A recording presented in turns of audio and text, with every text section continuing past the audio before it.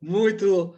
Bom, boa noite, porque a gente está aqui à noite, né? Mas olá para todos. Sou o professor Henrique, do Colégio Estadual Visconde Cairu, e do meu lado. Professora Mônica, do Colégio Estadual Charles Chaplin. Gente, hoje a gente está com um poeta, escritor, contista, romancista, muito ista. Não, vou parar por aqui, está com muito ista já, e eu vou deixar o cara falar, o grande poeta André Giusti. Olá, Henrique. Olá, Mônica. Olá, pessoal que está aí nos assistindo. É um prazer aí estar conversando com alunos de duas escolas do meu Rio de Janeiro querido, minha cidade amada, e espero aí poder contribuir com papo aí, sei lá, com a curiosidade de vocês em relação ao ofício de ser escritor, de fazer literatura, enfim. Estou aí aberto para qualquer tipo de pergunta do Henrique, da Mônica, que espero sejam aí as perguntas que os alunos também teriam a me fazer. Podem falar, à vontade. Eu quero começar, André, dando um tom, né, maior, né, do poeta André Giusti. Notícia de jornal. Um homem nu saiu andando pelas ruas de Nova Iguaçu. Um homem nu saiu andando lívido, frio, pelo meio das ruas de Nova Iguaçu. Um homem nu, insano, saiu andando, driblando a solidão, a monotonia, buscando sentido em nossas roupas. Corram, acudam um homem de Nova Iguaçu, que ficou louco, triste, sozinho, dentro das roupas. Corram, acudam, tomem alguma providência, antes que saiamos todos nus pelas ruas para provar que ainda somos gente. Legal. Você lembra disso? Lembro. Esse poema saiu numa coletânea da editora Sete Letras há quase 30 anos, se não me engano, tem bastante tempo. E eu acabei colocando ele novamente nesse meu livro mais recente, que saiu agora pela editora Penalux. O livro se chama De Tanto Bater com o Osso, a Dor Vira Anestesia. E ele saiu esse livro agora de janeiro de 2021. E tem uma curiosidade, Henrique, ele nessa coletânea que você tem aí na mão, da qual você participa também, né? Henrique é um poeta de mão cheia também, né? Apesar de falar muito pouco sobre isso. E aí nessa coletânea ele saiu com o título de Notícia de Jornal. E aqui, nesse livro que eu lancei recentemente, eu rebatizei ele, que o poema é nosso, né? A gente acaba fazendo o que a gente quer. Coloquei o nome de Boletim de Ocorrência, que eu achei que ficou mais... Isso realmente foi uma notícia de jornal. Na época eu era jornalista bem novato, e aí estava na redação assim, e vi, saiu numa notinha no jornal, né? Um homem nu andando, né? Pelas ruas de Nova Iguaçu, justamente. E eu fiquei pensando o que fez aquele homem sair pelado pelo meio da rua, né? Ele surtou, claro, teve um surto, aquilo ali, ele não estava no estado emocional normal dele, né? E aí eu fiquei pensando que as roupas, muitas vezes, são o peso que a vida coloca na gente, né? Claro, a roupa ali era uma metáfora para tanta carga que, às vezes, a vida joga para cima da gente, ou que a gente pega para a gente, não deveria pegar, mas às vezes a gente pega, né? Tipo, problemas dos outros. E aí, de repente, a gente se vê de saco cheio, massacrado por aquilo tudo e dá vontade de jogar tudo para o alto, né? Dá vontade de rasgar como se fosse uma roupa mesmo e sair pelado por aí, né? Livre. Você é poeta de cotidiano. Você é poeta de cotidiano, de protesto, você é poeta. O que você escreve, André? Eu sou totalmente do cotidiano. Eu escrevo sobre o que eu vivo. Eu escrevo sobre o que eu presencio, sobre o que eu sinto. Eu sou um cara de classe média, um cara que paga a conta, que paga a pensão de filha para as filhas, que é assalariado, de nível superior, classe média, bem média mesmo. Então, eu escrevo sobre isso. As pessoas que têm conta para pagar, estão no cheque especial, cartão de crédito vencendo, essa coisa toda, essa vida bem rame-rame, quem for assim vai se identificar com as coisas que eu escrevo, entendeu? Eu escrevo o que eu vivo. Eu não posso escrever sobre o nordestino no sertão. É uma realidade totalmente diferente de mim. Eu posso, sim, porque tem a história de você ser a voz e de você dar a voz. Eu procuro dar a voz às minorias, aos negros, aos gays, aos nordestinos, mas eu não posso escrever como eles, porque eu não sinto a dor deles. Exatamente. Entendeu? Eu imagino o que eles possam passar e até separei até alguma coisa nesse sentido aí para ler para o pessoal, mas eu não posso falar como eles, eu não posso escrever como um negro, eu não posso escrever como um gay, como um morador da comunidade. Eu não sou isso, mas eu posso sim me indignar com o preconceito, com a discriminação que essas pessoas passam, sentem, infelizmente, e eu acho que esse é o dever do artista, se indignar e dar a voz a essas pessoas da melhor maneira que eu achar, que eu entender, que eu achar possível, entendeu? Você ia falar, eu sou isso no caso do cotidiano, realmente. Então, você é a voz na maioria e você dá a voz em algumas situações também, é isso? Sim, Na realidade, né? eu sou branco, de olho azul, de classe média do Rio de Janeiro. Então, eu sou, em tese, a maioria, um homem de classe média, né? A maioria e tal. Embora me sinta massacradaço, super massacrado pelo poder reinante, pelas elites, essa coisa toda. Mas eu posso dar voz às chamadas minorias, né? As chamadas minorias na participação política, porque onde que o negro é minoria nesse país? Muito pelo contrário. No Rio de Janeiro, ele é a maioria. Na Bahia, então, Sim. nem se fala.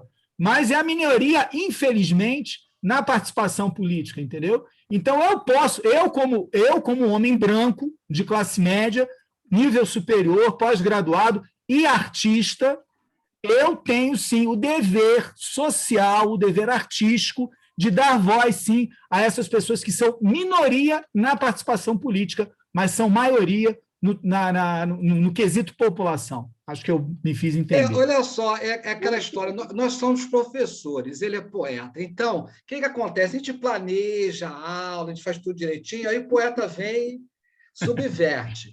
Então, a gente já tem umas perguntas, mas agora eu vou partir para uma pergunta que estava adiante, mas que surgiu no assunto.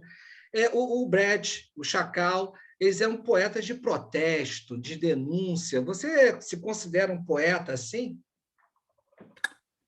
Sim. Eu não sei se eu denuncio, entendeu? O que eu falo é uma realidade de 521 anos nesse país, entendeu? Outros já falaram muito antes de mim, e até melhor, e outros daqui para frente, infelizmente, falarão. Eu acho que eu não sou um poeta de protesto, eu sou um poeta de indignação. Darcy Ribeiro falava que se você nasceu na América do Sul, em particular, né, no nosso país, se você nasceu na América do Sul, você só tem 2 caminhos. Ou você se conforma ou você se indigna. Eu resolvi me indignar, embora isso tenha lá o seu preço. Então, eu não sei se eu sou um poeta de protesto e tal, eu sou um poeta da indignação, sabe? Eu sou um artista da indignação. Olha, que ele está falando muito, né? Então, meu amigo, então prove. Então, pronto, não está falando demais, tá não? Eu tenho um poema. Mas eu estou me identificando assim muito com ele. Que bom, Márcia, que bom, professora. Muita coisa. Eu fico todo vaidoso assim de falar, eu fico vaidoso e assim preocupado quando eu falo para um professor, porque, cara, professor é a base de tudo. Todas as profissões passaram pelas mãos de um professor, inclusive o professor. Então, sabe, quando você fala para um professor, eu acho que você tem que ter muita autoridade no que você está falando, porque o cara é simplesmente um professor. Então, eu vou ler aqui para vocês, já pedindo aí que o Henrique pediu para eu provar, né? Eu vou ilustrar esse papo da gente com um poema do meu livro Os Filmes em que Morremos de Amor, um dos meus livros, Os Filmes em que Morremos de Amor. Ele também é de poesia, embora eu escreva contos, escreva romance. Mas a gente vai chegar no André. Vai chegar lá, né? A gente vai chegar lá. O nome desse livro é Os Filmes em que Morremos de Amor, da editora Patois, foi publicada em 2016. E tem um poema que se chama Poema das Igualdades, em que eu falo o seguinte: eu estou do lado dos pobres, os de matéria, não os de espírito. Estou do lado daqueles que o ranço chama de pretos. Também me irmão as putas, e se por acaso for dividi-las, estratificá-las, saiba que ficarei ao lado das mais baratas, das rampeiras, daquelas de pernas esquálidas, nuas na chuva, mostrando marcas de renitentes doenças de pele e cicatrizes de talhos, de gilete, navalha, canivete, suturados com negligência. Eu estou do lado das bichas, das lésbicas, destas e daquelas que adotam os abandonados filhos bastardos, dos patrõezinhos com a empregada violentada. Eu estou do lado dos travecos, que nas noites anônimas da alta classe média realizam fantasias dos senhores bem conceituados. Eu estou do lado dos nordestinos mirrados, que vivem onde o país nunca enxergou a si mesmo. Eu estou do lado dos índios e mendigos, serviciados com álcool, fogo, gasolina, nas paradas de ônibus para a diversão cruel dos inocentes bem-nascidos. Eu fico desse lado. Se você não está com eles, fique à vontade para fingir que não me conhece. Vá além, me bloqueie, desfaça a amizade. Aproveite e troque de calçada antes de passar por mim, porque se você não está com eles, nunca esteve comigo. O nome desse poema é Poema das Resistências. Excelente. Aliás, Poema das Igualdades, errei. Arrepiou. André, a poesia é para ser entendida? Para ser sentida. Para ser sentida. A poesia, exatamente, ela é como uma tela. Você vai numa exposição... Desculpa, eu quero só lembrar você que você está falando para professores também. Então, professores, por favor, ouçam, porque poesia não é para ser entendida, é para ser sentida. Por favor, continue, poeta. Eu acho que da mesma forma como uma tela, um quadro, uma escultura, a poesia ela deve ser primeiramente sentida, entendeu? Você chega da frente de uma tela e aí você olha aquilo, não está sabendo exatamente que forma é aquela, o que o artista quis desenhar, mas aquilo ali está batendo em você, aquilo ali está mexendo, entendeu? Aquela conjunção de cores, aquele risco para cá, risco para lá, aquilo ali está te causando uma emoção, está te causando uma percepção. A poesia é a mesma coisa. Tudo bem, você pode entender, eu acho que isso aqui é um caso em que, não sei, eu acho que eu fui bem claro, bem objetivo aqui no que eu escrevi, mas nem sempre eu sou assim. Às vezes eu escrevo umas coisas que, sabe, e eu e todos os autores, você para e pensar, meu amigo. Mas você está sentindo, aquilo ali está tendo impacto, e não é para você entender obrigatoriamente da forma como eu entendi quando eu estava escrevendo. O entendimento é teu, você faça dele o que você quiser. Você faça dele o que você quiser. Isso aí, você entenda do jeito que quiser. Eu escrevo para você entender da forma como você quiser. Você tem uma bagagem, né? Você tem um conteúdo, uma leitura de mundo. Então, você olha para aquilo, você dá uma interpretação, a outra pessoa já vai olhar para uma outra interpretação. E isso é arte. A arte tem que ser assim, dessa forma. Com certeza. Com certeza. Porque, é bom ter professor assim de português, né? É muito bom. Na arte você tem que quebrar, na arte você tem que quebrar as amarras, né? Romper as amarras. E aquela obrigatoriedade de entender daquele jeito é uma amarra, né? E a arte com falta de liberdade, meu amigo, sinceramente, não combina nem um pouco. Aí a gente chega naquele ponto, né, Mônica? Né? O que é poesia? E o que é ser poeta, né? Ele acabou de sintetizar, né? É sentir, é dar voz ao que se sente, é dar voz aos outros também, porque se faz necessário. É exatamente isso. É ir além, né? Eu acho que poesia ela é mais do que um gênero literário, muito mais do que um gênero literário. É uma forma de você sentir o mundo.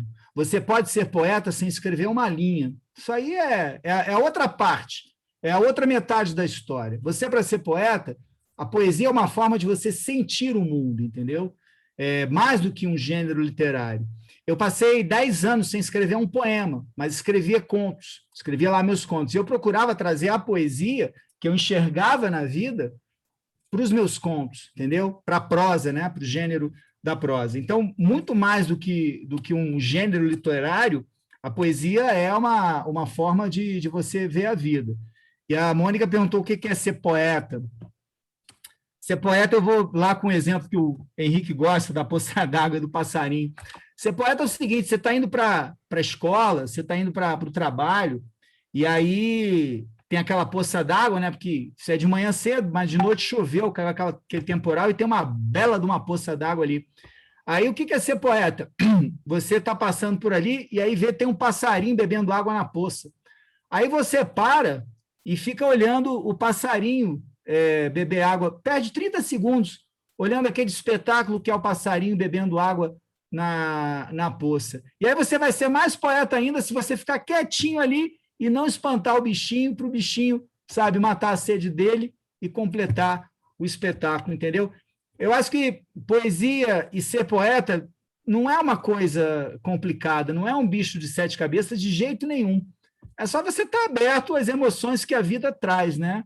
E a vida, emoções boas e ruins, né? Porque a poesia também é uma emoção ruim, ela também traduz ruim. Tem alguma E a vida emoção, traz muita emoção, né? tem alguma emoção aí, então, guardada para os nossos adolescentes? Cara, eu tenho um poema aqui também dos filmes em que morremos de amor, chamado Dia 5 do Mês. Por que é dia 5 do mês? É o mês que vence boleto, é o mês que muita gente recebe, é o dia que vence boleto, é o dia que muita gente recebe. E eu escrevi isso aqui, tem 1995, tem 26 anos, né? E eu estava bem quebrado de grana quando eu escrevi isso aqui, viu, cara? Mas olha, estava mal, cara, estava mal. Estava pulando o portão para não gastar a fechadura. Fechadura, isso aí. Essa frase é dele. Vendendo almoço para comprar a janta. Então, eu escrevi esse poema que se chama Dia 5 do Mês. 12:30, 2 pastéis frios e uma coca sem gelo, em pé no balcão. E isso será tudo até a noite. Meu ônibus demora e quando vem cheio. Eu me agarro àquele ferro na curva, como quem se agarra à vida só para pagar o aluguel. No meu sonho, o governo, a imobiliária, o banco, a telefônica invadem minha casa, comem tudo feito porcos, bebem tudo feito touros, sujam as paredes e arrotam com os pés em cima da televisão. Estou resignado, feito um tapete. E no sábado, quero te chamar para comer pipoca na esquina e ver se ainda te falo de amor. Olha, aí justifica, Mônica, porque a gente quer dar um nome, né, para essas entrevistas, para esse quadro que a gente está fazendo, que é Desabando por Dentro. Aí a gente desaba por dentro. Nesse momento que justifica. Está todo mundo meio que desabando por dentro, né? É. Eu acho que todos nós, né? Eu desabo umas 3 vezes por semana, de 3 a 4. Aí eu monto tudo de novo e espero desabar de novo. Aí reconstruo tudo de novo, entendeu? É assim. É isso aí. Eu também me sinto assim, é um desconstruir, um construir, um reconstruir, enfim, a gente vive em construção, né? Em desconstrução também. Então, é uma vida bem assim, agitada, né? Sobe, desce, e altos e baixos, enfim. Mas, o André... importante é a gente perceber... desculpa, mãe. Se nós nos sentimos assim, é porque realmente nós estamos vivendo tudo que está à nossa volta, vivendo de verdade.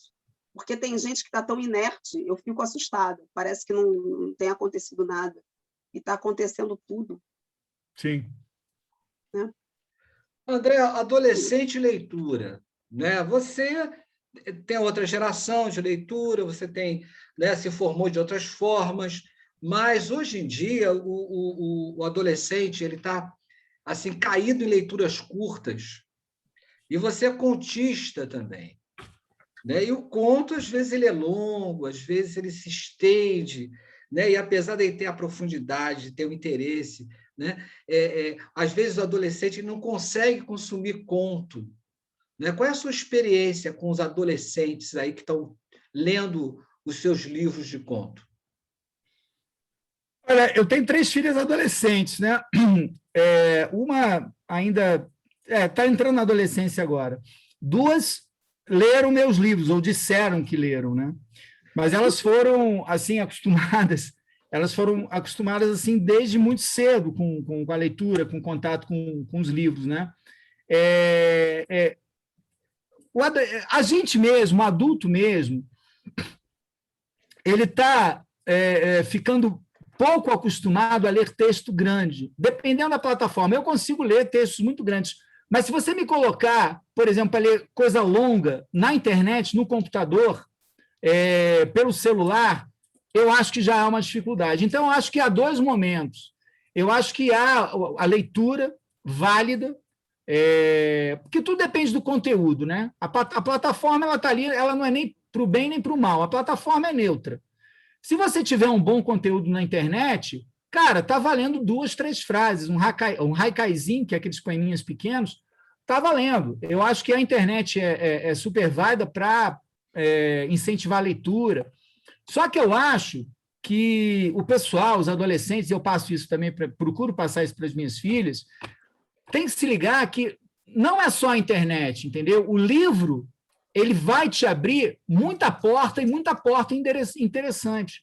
E aí eu acho que realmente no livro você pode ter textos mais longos, textos mais extensos. Eu publico muito na internet, quem quiser me seguir no Instagram, meu Instagram é André Giusti, M de Maio 68, no Facebook é André Giusti. Eu, quando publico meus textos na internet, nas redes sociais, eu procuro que eles sejam pequenos, reduzidos, compactos, justamente porque é tanta gente colocando coisa na internet, né, a competição, a concorrência é grande.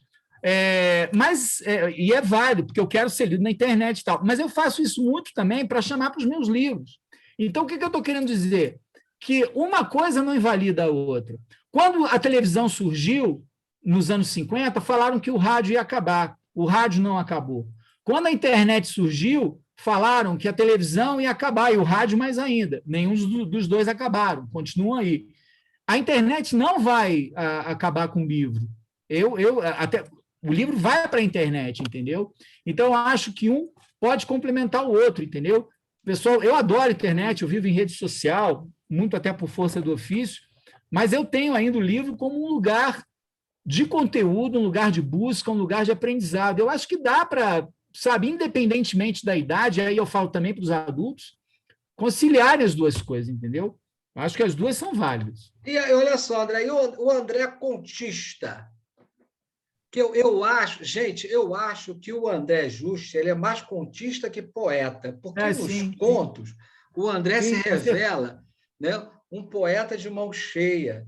Né? Eu vou falar, olha só, na sala de leitura do Cairu inclusive tem um livro do André na sala da sala de leitura do Cairu, que tem Voando pela Noite até de Manhã. Tá lá, viu, André? Tá lá. Meu primeiro livro. Na sala do Cairu tem. E eu vou falar um outro escritor para vocês, né, que vocês conhecem, porque o pessoal do Cairu tem livro, tem o Rubem Braga lá, gente, 200 crônicas escolhidas. E o Rubem Braga, ele tinha esse dom de escrever crônica com um ar de poeta. Né? O André, ele consegue escrever conto com essa poesia impregnada. Né? O André contista é assim? Sim, eu procuro levar para os meus contos, procuro criar personagens que tenham uma observação poética do dia a dia, entendeu? Mas não é só aquela poesia rosinha, azulzinha, o dia está lindinho, o sol está amarelinho, o céu está azulzinho. Não é isso, entendeu? A observação poética é também, a vala de esgoto, pisei em cheio na vala de esgoto, entendeu? Pisei em cheio no cocô do cachorro, entendeu? Isso é um olhar poético, porque é um olhar que percebe, o que, sabe, age sobre a nossa vida. Poesia é você perceber o que age sobre a nossa vida, entendeu? E eu sempre procurei levar isso para os meus contos, para a minha prosa, né? Estou aqui com um dos meus livros, A Maturidade Angustiada, que é da editora Penalux também. E eu até falei, né? Eu fiquei, 10 anos sem escrever um poema, mas não abri mão da poesia na minha prosa, no que eu estou escrevendo um romance, e procuro sempre colocar o olhar poético, entendeu? A vivência poética quando eu estou escrevendo poesia, quando eu estou escrevendo André, para prosa. conseguir seus livros é o quê? Penalux? Você coloca lá Penalux, André Justo, Editora, você chega lá? eu tenho livro por algumas editoras, mas 3 principais. A editora Penalux, com X no final, a editora 7 Letras, que inclusive está lançando agora, por esses dias, a 2ª edição desse livro aqui, A Liberdade Amarela e Conversível, está saindo a 2ª edição. Gente, a curiosidade sobre o autor. O carro é dele. O carro é meu. O carro é meu. E ele está aqui, e ele está na capa porque tem uma história que o cara tem um carrinho amarelo, etc. e tal. Então, você consegue nas 7 Letras, com 7 letras, e na editora Patuá, que é uma editora de São Paulo, que é o que fez esse livro aqui, editora Patuá. São as editoras assim que eu tenho trabalhado mais nos últimos anos, e você consegue os livros com elas. Ou me procurando também, entendeu? Pode entrar em contato. André, o Jabuti já te esbarrou contigo alguma vez, não? Já eu fui no meu primeiro livro. Para os alunos, né? A gente está brincando aqui, existe o Prêmio Jabuti, entre outros prêmios da literatura nacional, mas o Jabuti é o mais simpático, vamos dizer assim, né? O mais tradicional, né? Que projeta muitos escritores, né? Que estão se lançando, né? Então, por isso que eu fiz essa brincadeira com o André. Ele não esbarrou com o Jabuti, porque eu acho que ele é mais lento que o Jabuti, mas tudo bem.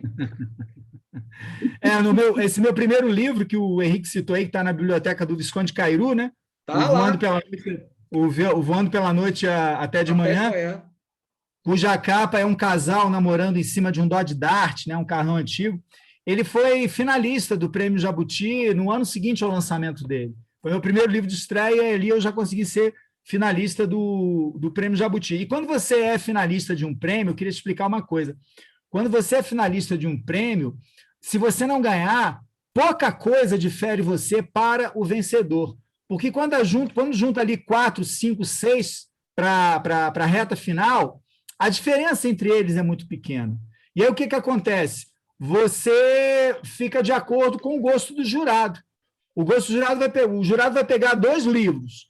Os 2 são bons, mas esse aqui me diz mais respeito, eu gosto mais desse, e é esse aí que vai vencer, entendeu? Então, quando você chega de um amigo meu, perdeu o Prêmio Oceanos, ficou todo triste, mas ele foi finalista. E eu falei, cara, meu irmão, não interessa se você não foi o grande vencedor, você chegou ali na final, é praticamente a mesma coisa, entendeu? Então, eu, me sinto realmente assim, premiado com essa indicação, que já tem vários anos, né? Foi no meu livro de estreia, mas eu acho que foi aí um reconhecimento de algum valor literário, né?